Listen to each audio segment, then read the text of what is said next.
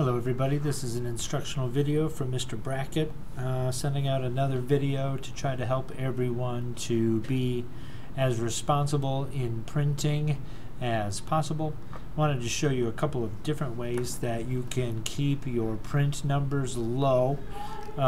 This first way is a tool that we've actually had in the district ever since we installed PaperCut back in 2021, and that tool is called the virtual queue.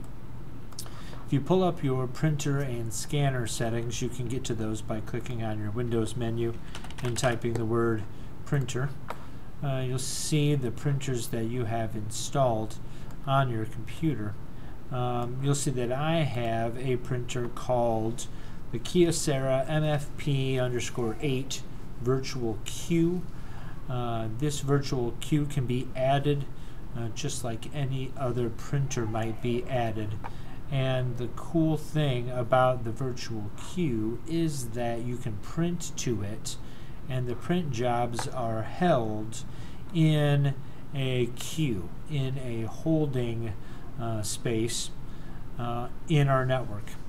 And then what you would do once you printed to the queue is you would go to one of the copiers.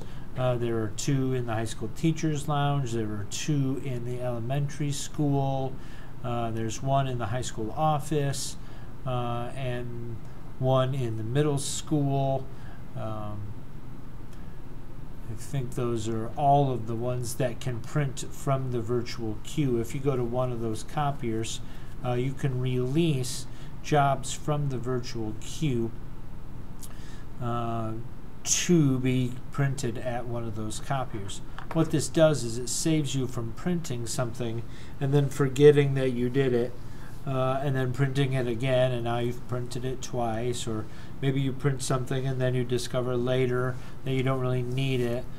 Printing to the virtual queue can help you cut down on the number of prints that you make that are unnecessary. So try using the virtual queue. I have another video that talks about the virtual queue that I released some time ago. The other process you can use for being responsible in your printing is to print as few pages of a document as possible. You see here I have a 12-page report. I know it's 12 pages because I've opened it and it says 12 pages. I have a 12-page report. Let's say I only want the second page. I can print just the second page by clicking print and then choosing where I want that print to go, and then usually you can select something that'll say pages.